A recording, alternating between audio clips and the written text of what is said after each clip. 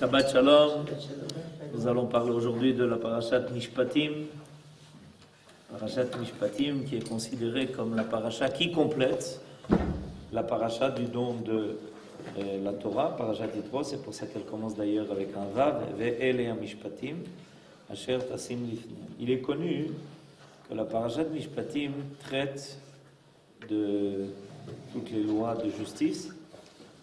C'est pour ça qu'elle porte ce nom d'ailleurs, Mishpatim, et que de toutes les relations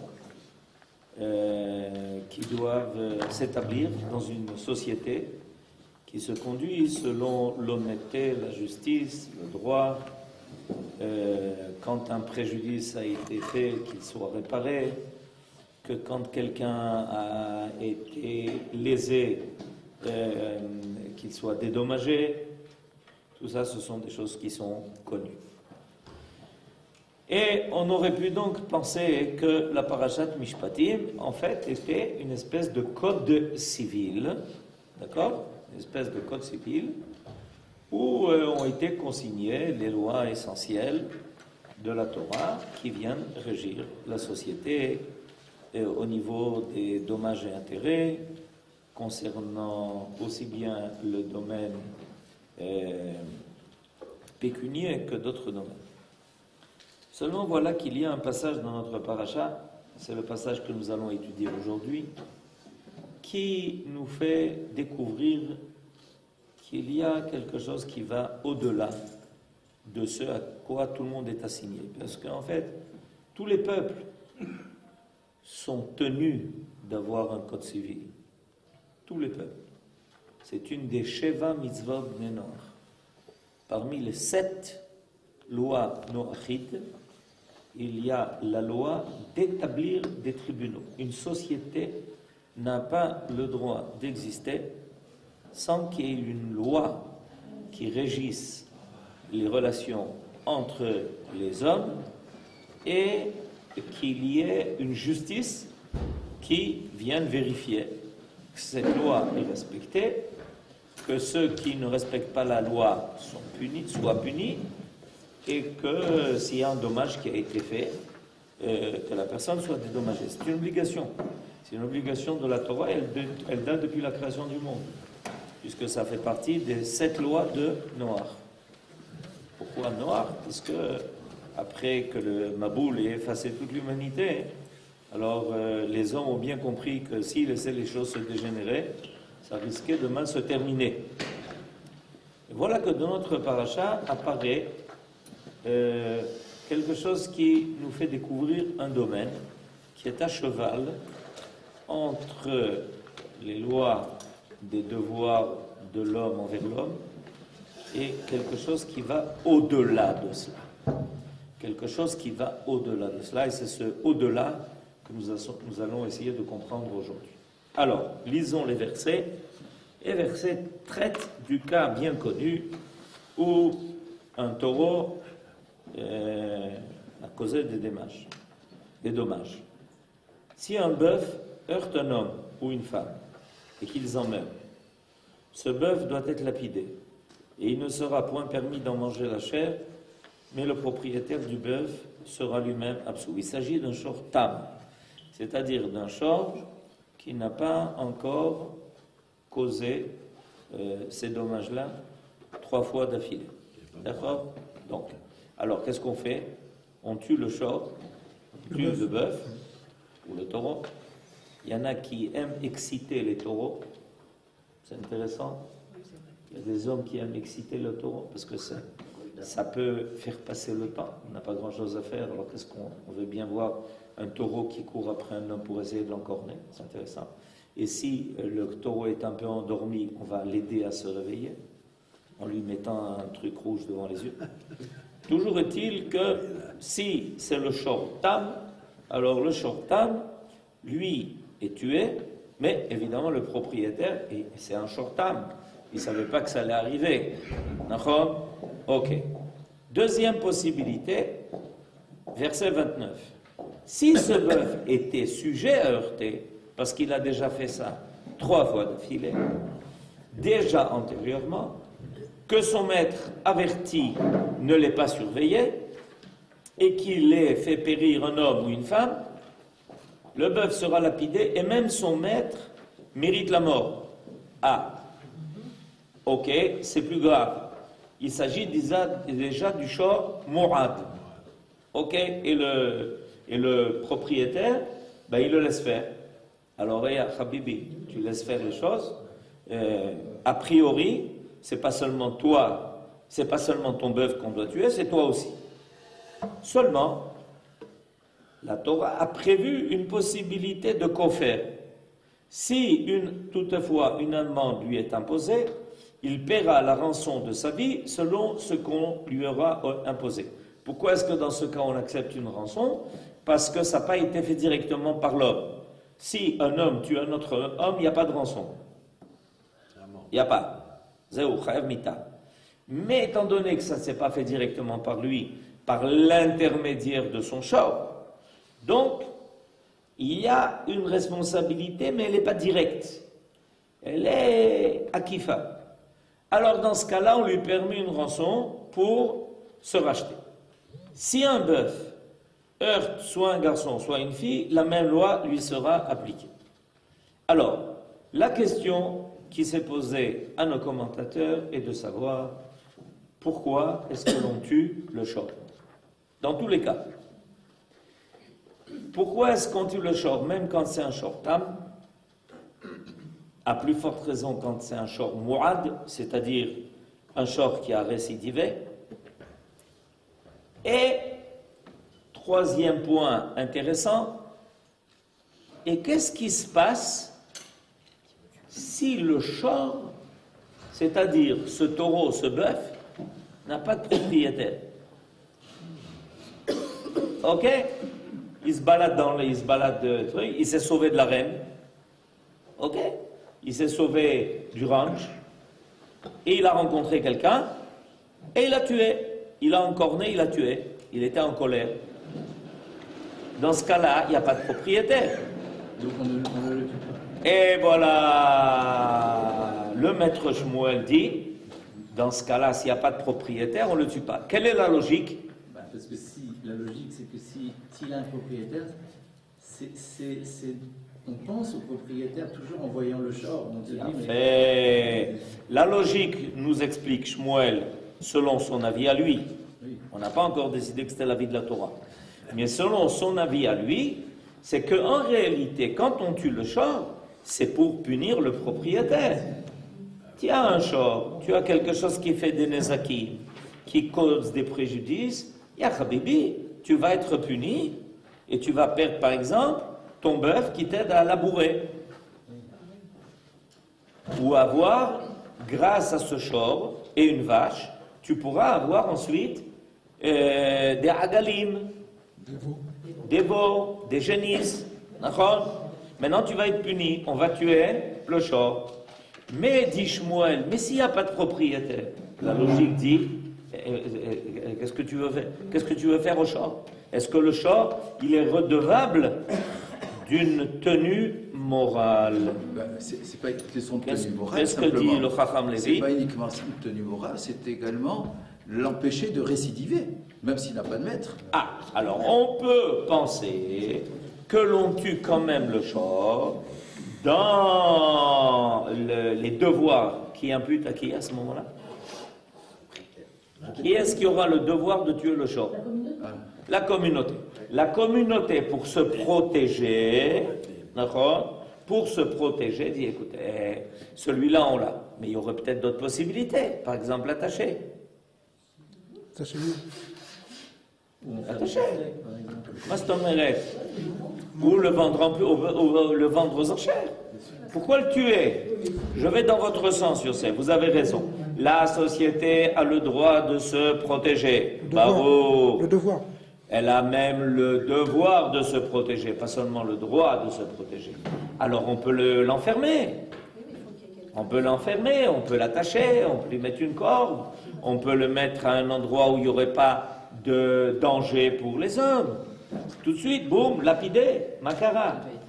Alors là, c'est Bediouk quelque chose qui va nous faire rentrer dans les profondeurs de la justice divine et pas de la justice de l'homme. Il est très important de prendre conscience de ça. Ok?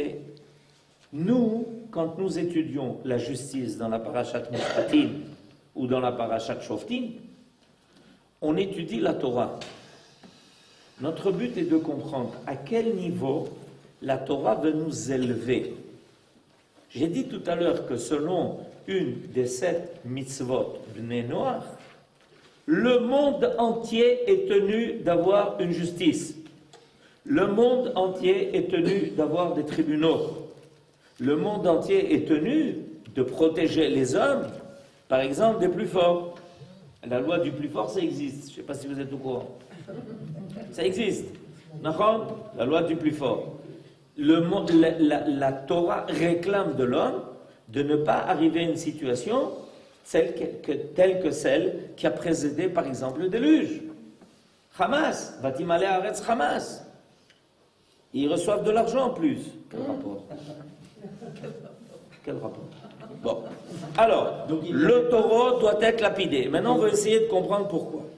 La procédure instruite contre l'animal inculpé doit avoir lieu. Regardez, c'est quelque chose de très particulier ça, parce que si c'était juste pour protéger la société, on ne comprend pas ce qui est marqué maintenant.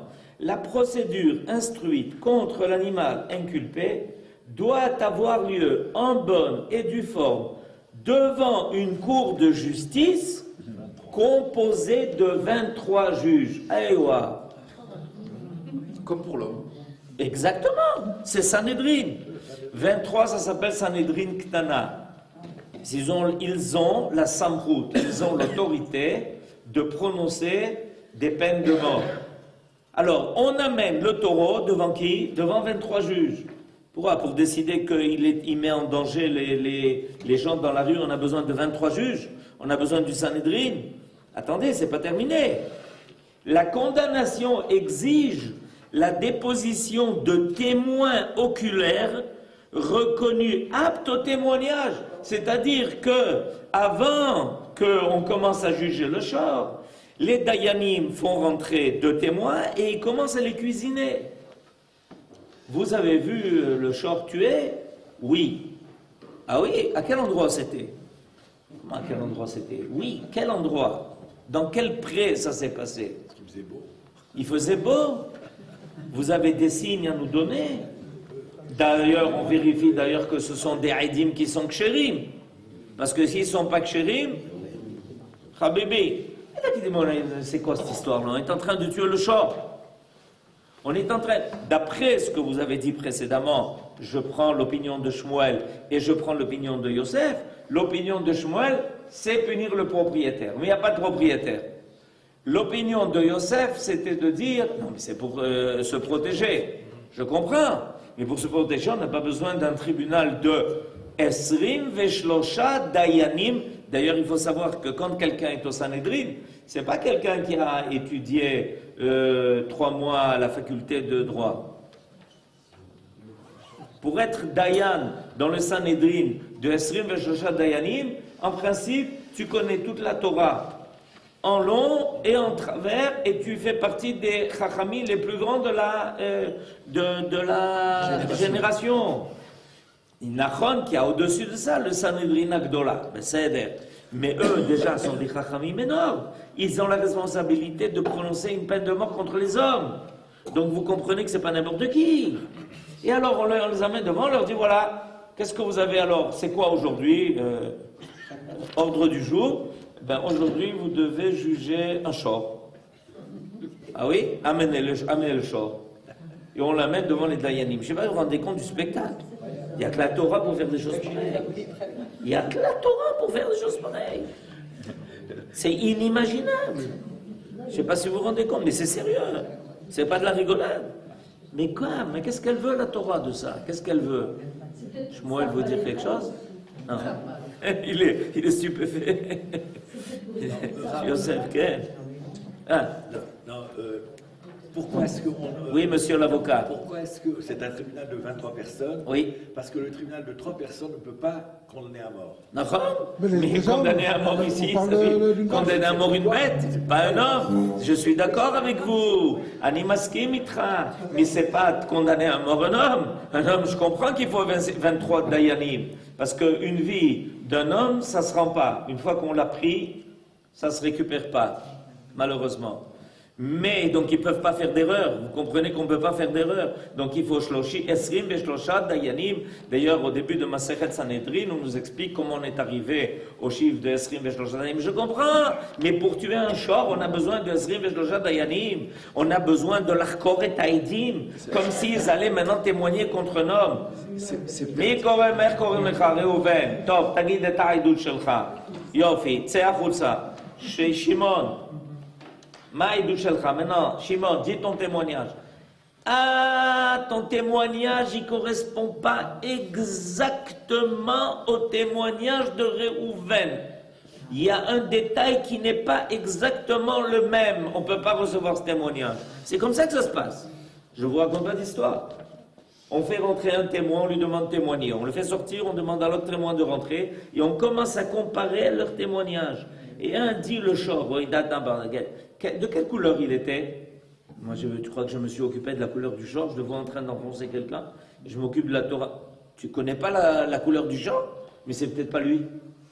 Mais c'est sérieux, il faut essayer de comprendre. Qu'est-ce que la Torah veut de nous? Il doit y avoir une idée là qui se cache, qu'il faut comprendre. C'est qu'à travers ce cas de Shor, Oui. c'est peut-être la justice de l'homme qui est derrière ça, l'attente. C'est-à-dire que déjà pour le Shor, avant de le condamner à mort, on utilise toute cette procédure-là. A fortiori, concernant la condamnation éventuelle d'un homme, eh ben c'est à prendre très au sérieux. C'est une belle idée. L'idée de Yosef est la suivante. C'est qu'on apprend à être sérieux dans la justice. Voilà, je résume ce que vous venez de dire. Si déjà, pour condamner un shor, on en arrive à une situation pareille où tout Israël entend qu'il fallait esrim veshlosha dayanim, les réunir, qu'on a fait une enquête sur les Eidim, on les a à droite, à gauche, on les a vérifiés, dit attention, et à Habibi, la prochaine fois, si c'est un homme, tu liquides pas comme ça les choses. Les erreurs judiciaires. Je ne sais pas quelqu'un qui m'a raconté quel est le pourcentage d'erreurs judiciaires, mais pas pour des petites bêtises. Où est-ce que tu dois payer 100 shekels ou 200 shekels d'amende? Pas de ça. Des gens qui vont en prison pour 20, 30 ans, 40 ans, etc. C'est l'osé. Et en Amérique, on se permet de mettre sur les gens sur la chaise électrique. C'est pas évident. Alors vous comprenez que... Bon, alors ça y a fait. C'est une belle idée. L'idée, c'est que ça nous apprend que la justice, c'est quelque chose qui doit... Et moi, je dis que l'erreur est humaine. Est-ce que vous êtes d'accord? Oui. Vous avez l'air d'hésiter. Vous pensez que vous ne faites jamais d'erreur. Je vois des gens qui me disent non, pas du tout, l'erreur n'est pas humaine. Nous, par exemple, on ne fait jamais d'erreur. Non, c'est pas sérieux. L'erreur est humaine. Donc, comment on peut accepter une justice par les hommes? Alors là, la bombe est tombée. On peut progresser. Hein? Et alors? Ah, il y a fait. Madame Etoudi nous dit, il y a une solution. C'est que Akadosh Baruch Hu soit là, il soit présent aux séances. Si Akadosh Baruch Hu est présent aux séances, et qu'on a agi selon les règles que la Torah nous a imposées, alors moi, je ne m'occupe pas de l'erreur humaine. Elle est humaine, c'est vrai. Il est possible même que les dayanim ne voient pas tout. C'est qui en la dayan et la mashe'enav ro'ot. La dayan n'a que ce qu'il voit. Il a son chorma, évidemment. Mais un dayan doit être sadique. Les juges doivent être des tzadikim. Je répète pour la deuxième fois, les juges au singulier doivent être des tzadikim. Hein?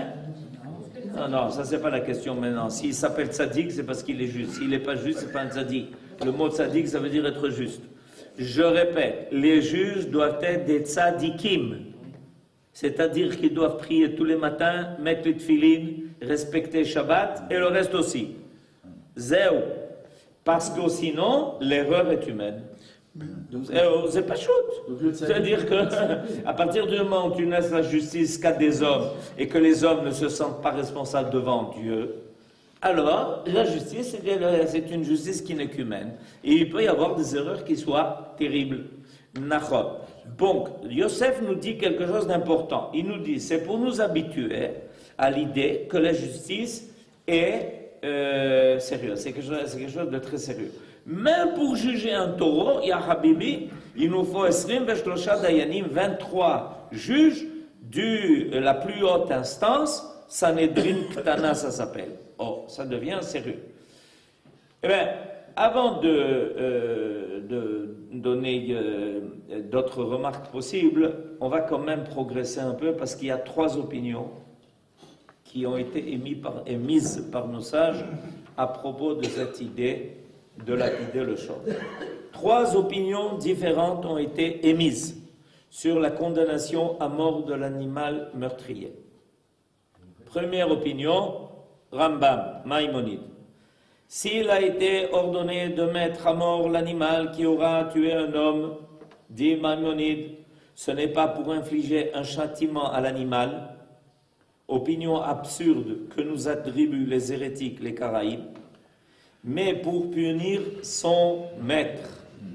C'est pourquoi il a été défendu de tirer profit de la chair de l'animal, afin que le maître le garde avec soin, sachant bien que si l'animal tuait un enfant ou une grande personne, libre ou esclave, il en perdrait inévitablement le prix, et que si c'était un animal notoirement dangereux, il serait même obligé de payer une amende qui viendrait s'ajouter à la perte du prix. C'est pour la même raison qu'on doit mettre à mort l'animal qui a servi à la bestialité, afin que le maître prenne garde à son animal et le surveille comme sa propre famille, pour qu'il ne soit pas perdu pour lui. Tel également l'avis de Rabbi Avraham Ben Ezra, du Ritva et d'autres. Première opinion. L'opinion rationnelle, simple. Habibi, tu es responsable de ce qui t'appartient. Endosse la responsabilité de ce qui t'appartient. À partir du moment où tu es propriétaire, tu reçois en même temps, pas seulement le droit de propriété, mais les obligations qui s'y rajoutent. On ne peut pas avoir des droits sans des obligations. C'est un cheshbon pachout meod. C'est l'explication du Rambam. Ok? Ken? Oui, mais dans ce cas-là, si c'est question de dîner mamonote, il n'y a pas besoin de 23 juges. Première remarque de Yehuda, dans ce cas-là, c'est uniquement une question de dîner mamonot et on n'aurait pas besoin de 23 juges. Première remarque. Deuxième remarque, c'est le Ramban qui l'a fait. Mais le Ralbag fait valoir que tout animal meurtrier est passible de la peine de mort, quand bien même il ne serait propriété d'aucun maître, comme il en résulte de notre texte. Aussi, la peine ne peut être destinée à punir le maître.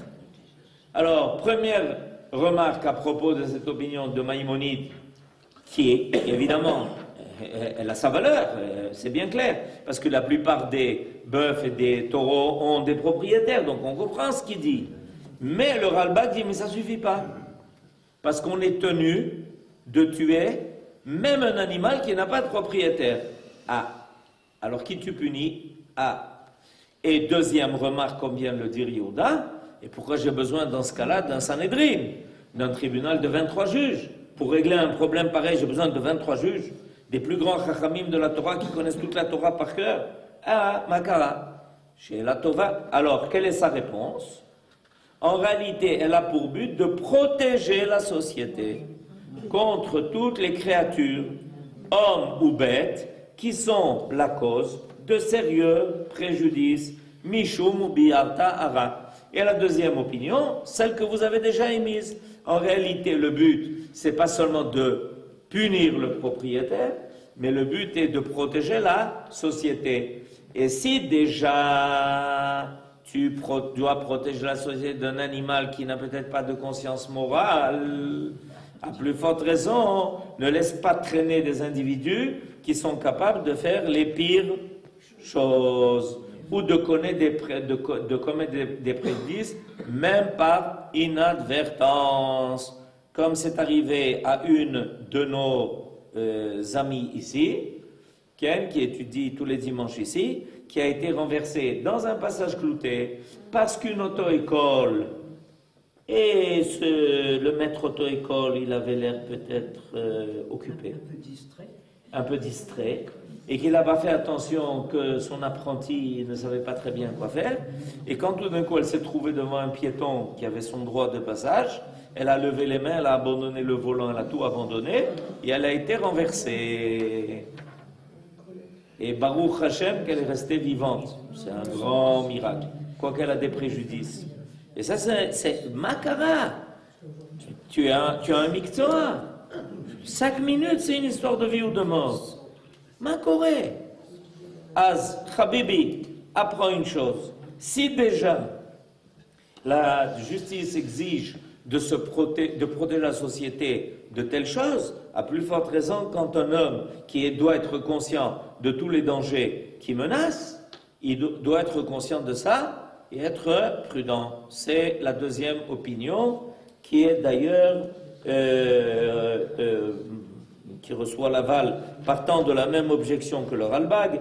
Nachmanide se réfère toutefois au verset de Bereshit qui déclare l'animal pleinement responsable du sang humain versé par lui. Seulement le Ramban il va au-delà de cela. Nachmanide il va au-delà de ça. Jusqu'à présent, on a eu deux opinions. La première opinion, Maïmonide, punir le propriétaire. Il n'y a pas de propriétaire. Ah, la société doit se protéger. La société doit se protéger, Nachon. La société doit se protéger, mais il y a peut-être d'autres méthodes que de tuer l'animal. Alors, Nachmanide va au-delà de ça. Et l'opinion de Nachmanide est une opinion qui va nous faire découvrir un autre monde. Shmuel ? Pourquoi, a priori, il n'y a pas de contradiction entre Maïmonide Pas du et tout. Nachmanide? Non, il n'y a pas de contradiction. C'est pour ça qu'il y a trois opinions qui se complètent. Parce qu'il y a des cas où, effectivement, il faut punir le propriétaire. Il y a des cas où il faut protéger la société. Mais la Torah nous fait avancer un pas de plus. Alors, quel est le pas de plus que nous fait découvrir Nachmanide? Eh bien, le pas de plus que nous fait découvrir Nachmanide, c'est qu'on est tous associés dans le monde créé. Tous associés, tous. C'est-à-dire, tout celui qui a été créé est associé. Y compris les autres créatures que l'homme. Tout le monde est associé. Et voilà ce qu'il nous dit. Dans Bereshit, il y a marqué la chose suivante. Après le déluge, votre sang qui fait votre vie, j'en demanderai compte. J'en demanderai compte à tout animal. Miyad kol chaya edresheno. C'est-à-dire que Akadosh Baruch Hu annonce qu'il a l'intention de juger tout animal qui porterait atteinte à une personne. Car l'homme a été fait à l'image de Dieu. Les notions de faute et d'expiation ne s'appliquent certes pas aux animaux, enseigne Nachmanide, mais la mise à mort de l'animal repose sur un décret divin. Ça s'appelle Gzerat HaMelech, rendu en l'honneur de l'homme que Dieu a créé à son image. Alors j'explique. Qu'est-ce qui se passe? L'animal n'a pas craint l'image de Dieu qui était en l'homme.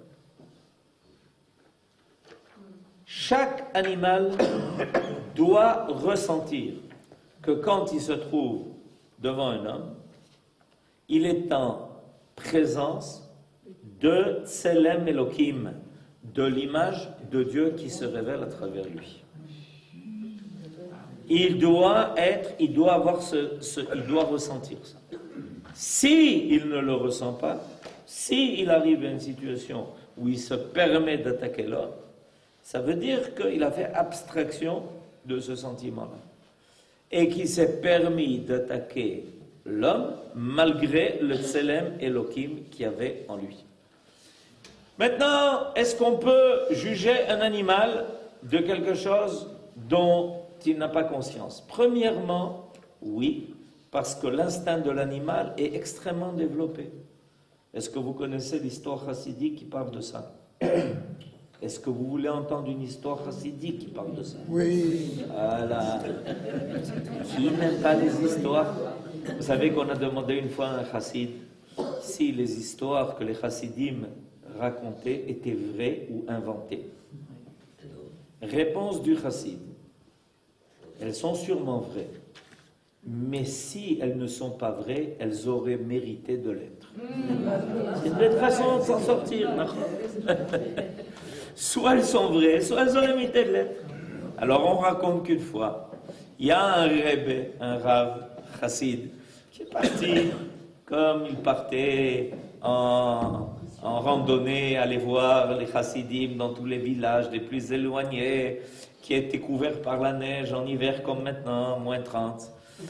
Et en route, ils étaient dans la calèche, il y a une roue qui s'est cassée. En pleine route, plein hiver, pleine forêt. Alors, on dit au cocher, mais qu'est-ce qu'on fait? Il n'y avait pas des routes de secours, il n'y avait pas maintenant on vient vous changer la route, on vient vous changer la roue sur la route, etc. Ça n'existait pas à cette époque, je vous le dis. Et alors le cocher dit, écoutez, il n'y a pas le choix, il faut que j'aille maintenant aller chercher une nouvelle roue qui se trouve à quelques dizaines de kilomètres d'ici. Et je vais commencer à y aller. Attendez-moi patiemment. Ils attendent patiemment. Entre-temps, le jour tombe, la nuit arrive, et on commence à entendre les loups. Oula. Alors il y avait des chassidim, avec lui, avec le Rebbe qui l'accompagnait, parce qu'il part toujours accompagner ses chassidim. Alors ils lui disent, Rebbe, qu'est-ce qu'on fait? Qu'est-ce qu'on fait? Ben on fait. Qu'est-ce qu'on fait? Ben on fait rien. On attend. Mais comment? Alors à un moment donné, il voit déjà dans la nuit les yeux qui scintillent. Imaginez-vous la horde de loups qui a faim, c'est en plein hiver. Et ils seront très... C'est ma mâche, bon à croquer, tous ces chassidim là, imaginez-vous. Ça ferait un repas extraordinaire. Et, ouais, kasher, il dit que Gabriel c'est un repas kasher. Pour les loups c'est un repas kasher. Les chassidim, imaginez-vous, ils auront encore de quoi raconter ensuite. Bref, à un moment donné, ils ont tellement peur qu'ils se sauvent. Ils vont se cacher parmi les rochers. Et ils laissent le Rebbe tout seul dans la calèche. Et le Rebbe est assis, il est avec sa fourrure tout enveloppée dans la calèche. Et tranquillement, il dit Teilim Be'alpeh, sans bouger. Et les chassidim, terrorisés, voient tout d'un coup le chef de la horde qui s'avance, qui s'avance, qui s'avance. Et à un moment donné, il y a un chassid qui ose voir jusqu'au bout ce qui se passe. Il voit ce loup-là énorme sauter sur la calèche. Et à ce moment-là, il ferme les yeux pour dire Shema Israël. Zéro. Il n'a pas vu la suite. Et il entend un hurlement terrible. Et ensuite, silence total de maman. Alors, évidemment, il appelle les autres et ils disent on ne peut pas rester comme ça, Zélo y a fait, notre rave. Il faut qu'on aille voir ce qui est arrivé. Il faut l'enterrer. Il faut l'enterrer, Bédiou. Bref, ils arrivent. Il y en a un qui dit allez, moi j'ai le courage. Il monte sur la marche de la calèche et puis il voit le rave dedans, assis comme ça, qui le regarde avec un petit sourire. Et alors il lui dit Rabbeinu, Makara. Il dit Maître, je n'ai pas compris pourquoi il a tellement eu peur, ce loup-là. Il s'est sauvé à 4 pattes. Mais qu'est-ce qui lui est arrivé? Tu aurais dû voir, mais effrayé. Je lui ai dit, mais Rabbeinu, c'est ça. Là, c'était gendarme. Quand le loup est arrivé, alors Il a vu l'image de Dieu. j'ai relevé ma pelisse, je l'ai regardé droit dans les yeux, et il était terrorisé. Et il est parti. Mais Rabbeinu, tu t'es mis en danger. Alors il leur a dit, écoutez, je vais vous dire quelque chose. Moi, on m'a dit qu'un bon juif, il a en lui l'image de Dieu. Et j'ai fait le calcul suivant. D'une chose ou l'autre. Si j'ai réussi au courant de ma vie à faire apparaître en moi le Tselem Elohim, le loup doit se sauver à tout allure. Et si je n'ai pas réussi, il vaut mieux qu'il me mange. Voilà. Et voilà. Et bien c'est l'histoire. C'est l'histoire en question. C'est un sipou. C'est-à-dire que, en réalité, l'animal doit reconnaître le Tselem Elohim Shebadam. Il doit le reconnaître. Il a l'instinct pour cela. Et évidemment, à partir de là, l'homme doit apprendre quelque chose. À plus forte raison qu'il doit reconnaître le Tselem Elohim qu'il y a en l'autre. Et c'est précisément en vue de rendre l'homme conscient de la haute dignité de son existence physique que le pouvoir lui a été délégué d'exécuter la sentence, qu'il s'agisse d'un homme ou d'un animal. C'est-à-dire que, précisément, hausser le jugement d'un animal à ce niveau-là, d'être jugé par un Sanhédrin comme il juge l'homme, c'est pour dire en réalité, sachez une chose, dans le monde où on se trouve, l'homme doit être tellement digne que toujours doit apparaître en lui le Tselem Elohim. Et que si un animal a osé à s'attaquer à un homme, malgré ça, il doit payer. Et à plus forte raison, si un homme ose le faire, et attaquer un autre homme qui porte en lui le Tselem Elohim, il n'a plus de raison de vivre. Et c'est ce qui donne le droit au tribunal de condamner un assassin à mort.